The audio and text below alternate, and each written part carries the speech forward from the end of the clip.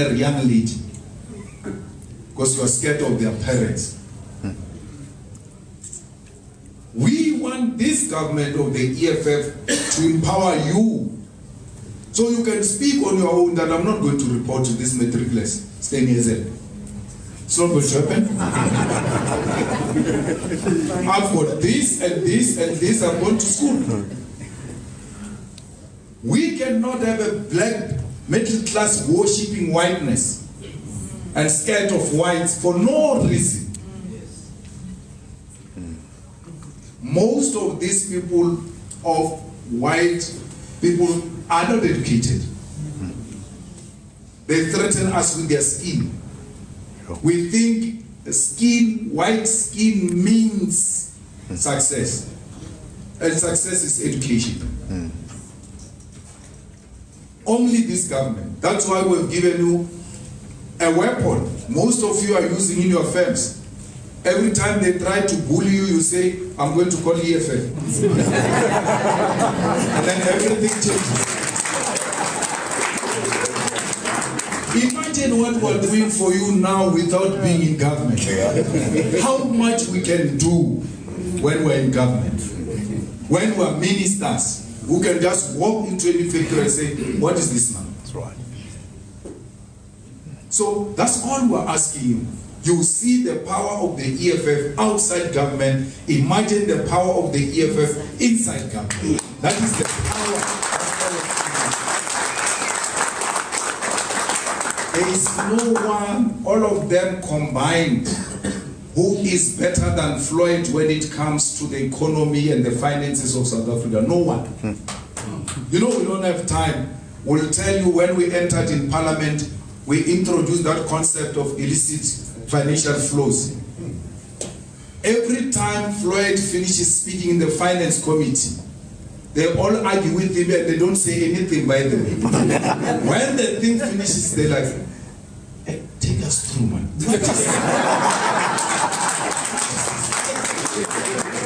They send us notes, you know, on that note. But don't talk, we send me notes. I want to support that point. We are teaching them about the finance and the economy of South Africa, which they don't know. And we are not in government. Yeah. They say Floyd is going to steal the money. I want Floyd in finance to steal the money. But I am finance in Ikuruleni. For more than a year, never stole a cent. They cannot accuse any of the EFF MMCs in Nelson Mandela, in Johannesburg, in Ikuruleni, in Mohali City, in eThekwini. They removed our MMC there.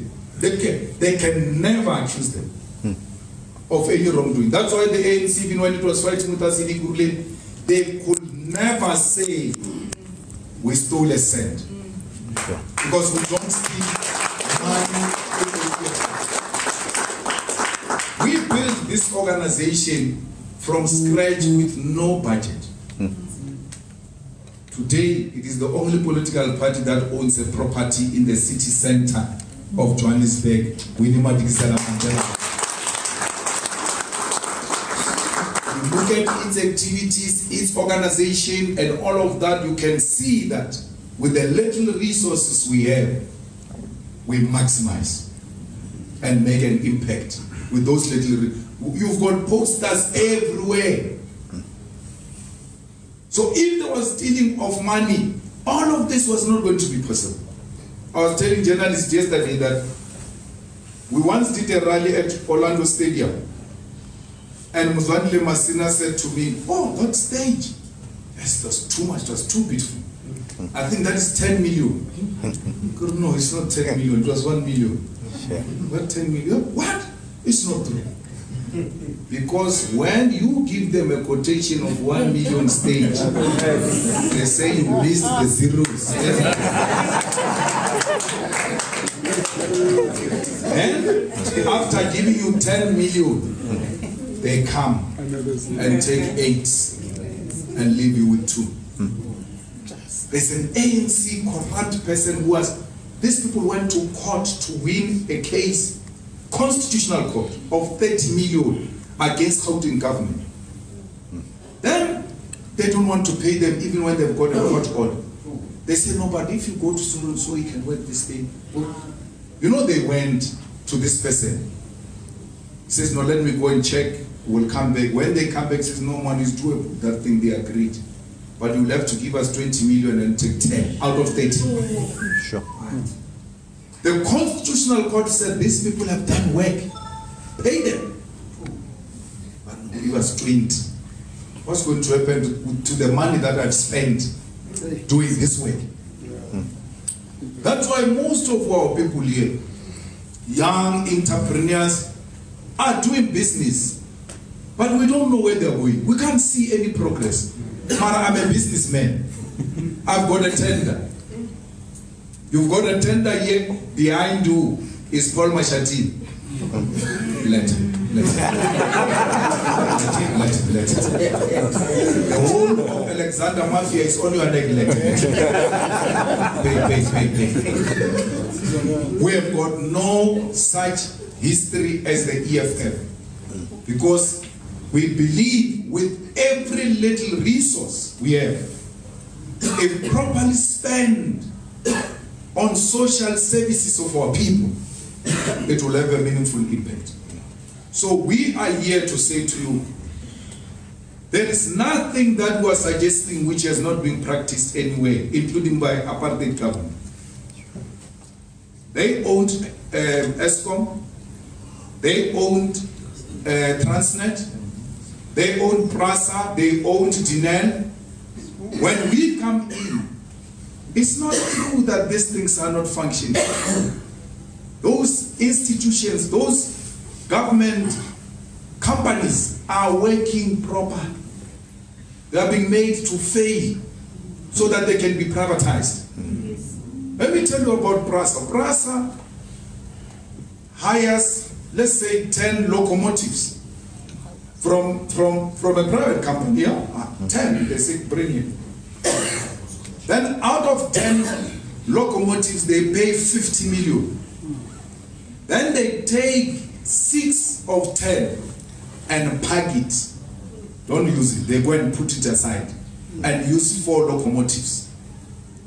And then they make 15 million after spending 50 million. Then they come to Parliament and say, this thing is not working. We spent 50 million, it brought 15 million. EFF, no, this is wrong, this is not working. Eh? You are eating the money. Everybody in South Africa up in arms, fighting. This thing is taking our money. They made it deliberately to fail so that they can win you over. And then they sell these things to themselves. Sure. All of you know that Trevor Manuel is a businessman. But you all don't know what he's doing. He's a businessman. But Trevor is involved in insurance companies. A lot of Transnet assets are insured by Trevor Manuel. Sure. But because it's insurance, it's not road construction, it's not an easy tender. Look, insurance, okay, I know. I misunderstand. Can you imagine an insurance company that insures the assets of Transnet? We don't know what business Trevor is doing, but Trevor is being paraded as one of the most successful business people. Sure. So we need to own our own state assets. That's where money can be made if you deploy the best of the best, irrespective of their political affiliation.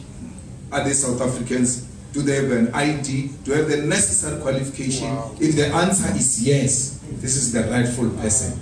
Politics is secondary. Politics, give football. After joining the which team do you support?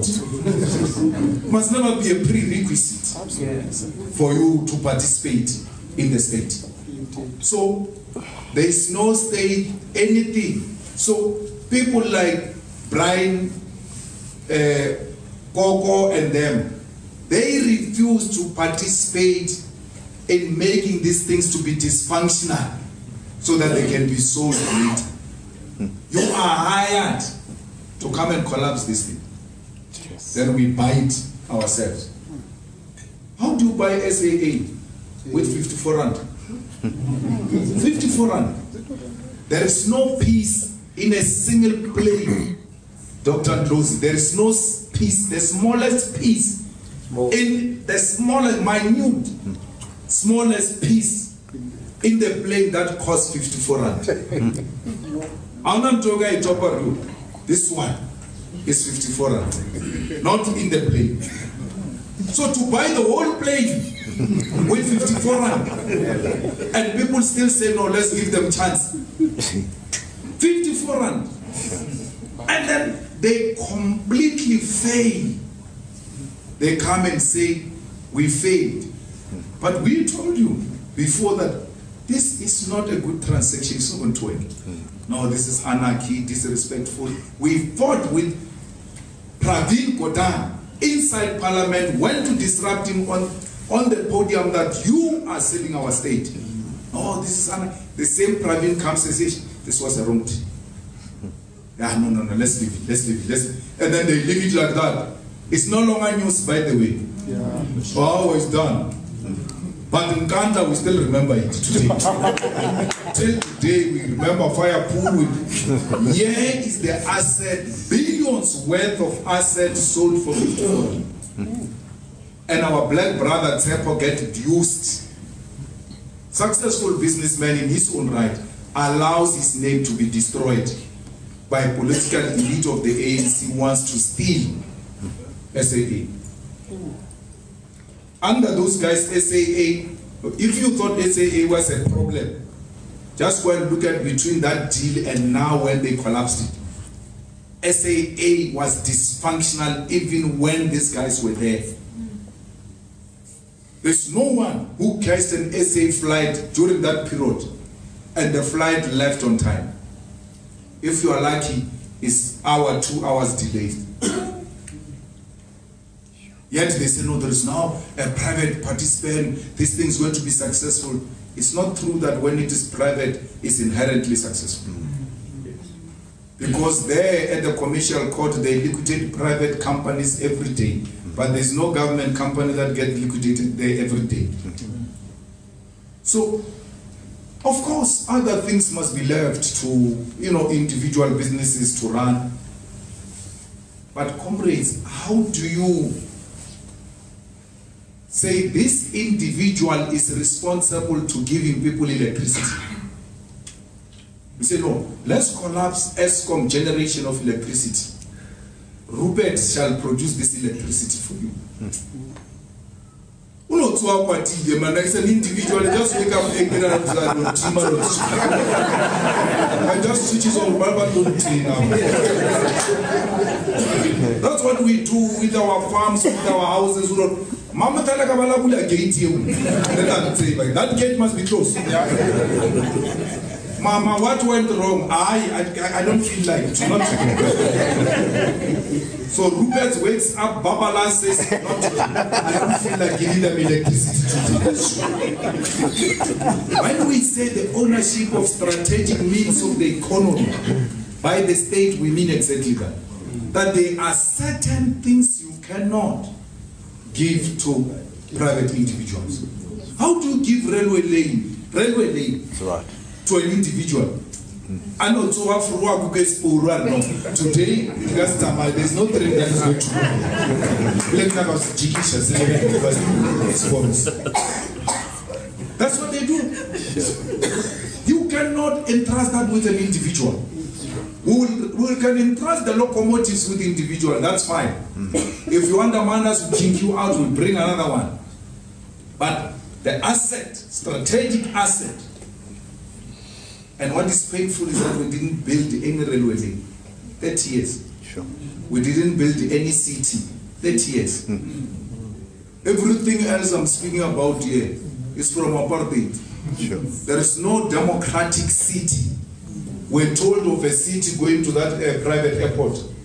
That area there's going to be this and speed trains going to Venda and coming back. And we said, you are dreaming. He said, no, I'm allowed to dream. He agreed we were dreaming that. I said, I'm allowed to dream. Today, there is no strategic asset that was built by this democratic state. We inherited everything from apartheid and made it dysfunctional and collapsed it. I grew up in a township in Sishiwu. We never had a problem of water. If water was not there in that township, it's that day. Today, in Sishiwu, for them to have water, it's a call for celebration. And we thought it was in Sishiwu, now it's here. In Midrand, in Santen. I always, become so happy when I see them there complaining they don't have water. No, we don't have water. You're like, hey, my guy. This is our daily life in the villages. You now have a feel of what our people are going through. Not that there is no water. The infrastructure is collapsed. It's not maintained. Sure. Yeah. They will never build a bridge in Johannesburg. They are still driving on apartheid bridges. And what is good about bridges is that it's engineering. It tells you the lifespan of that bridge. They don't know when was it built. Sure. They don't know what is the lifespan of that bridge, whether it's still intact or not. They wait for it to shake. And then some white people must start tweeting, this thing is going to collapse. This thing is moving. Close it, close. Why did we reach the state of a bridge shaking? If we're a government that cares, when you come in, you look at the state asset, what is what, where is this and that? They have no idea. They want what is going to be paid through invoice tomorrow. That one. If the CFO's mother dies and then he leaves and there's an invoice, you must not come back. If this money is not paid, you must not come back. You have to abandon your mother's funeral to go and pay the invoice. They don't do that with self-delivery. That if this bridge is not completed by this time, forget. No. They don't complete it by that time. They extend its lifespan and put more money. Look at Medupi. Medupi is costing billions of rands. It's still not being used optimally. Umongameli we-EFF Julius Malema uyaqhubeka nokuthula inkulumo yakhe eMidrand Town Hall.